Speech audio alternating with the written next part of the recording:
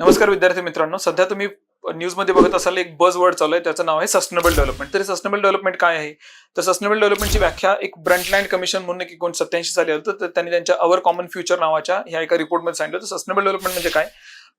त्याची ओरिजिनल इंग्लिशमध्ये व्याख्या येते meeting the needs of present generation without compromising the ability of future generations to meet their needs.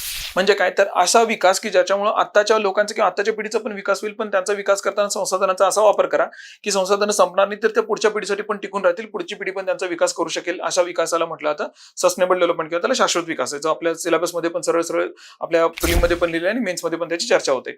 तरी sustainable development achieve करण्यासाठी म्हणून सरकार आपल्या युनायटेड नेशन्स किंवा संयुक्त राष्ट्र संघ यांनी 2015 पासून ते 2030 सालापर्यंत काही अचीव्ह करण्यासाठी काही ध्येय आखली आहेत. तर त्याचे नाव आहे सस्टेनेबल डेव्हलपमेंट गोल्स. ती मागं माझ्या स्क्रीनच्या मागे तुम्हाला 17 गोल्स त्याचे दिसत असतील. तर हे सस्टेनेबल डेव्हलपमेंट गोल्स आपल्या अभ्यासासाठी खूप महत्त्वाचे आहेत आणि त्याचा डिस्क्रिप्टिव्हच्या आन्सर रायटिंगसाठी पण तुम्ही खूप जास्त वापर करावा, अशी माझी तुम्हाला रिक्वेस्ट आहे. धन्यवाद. थँक्यू.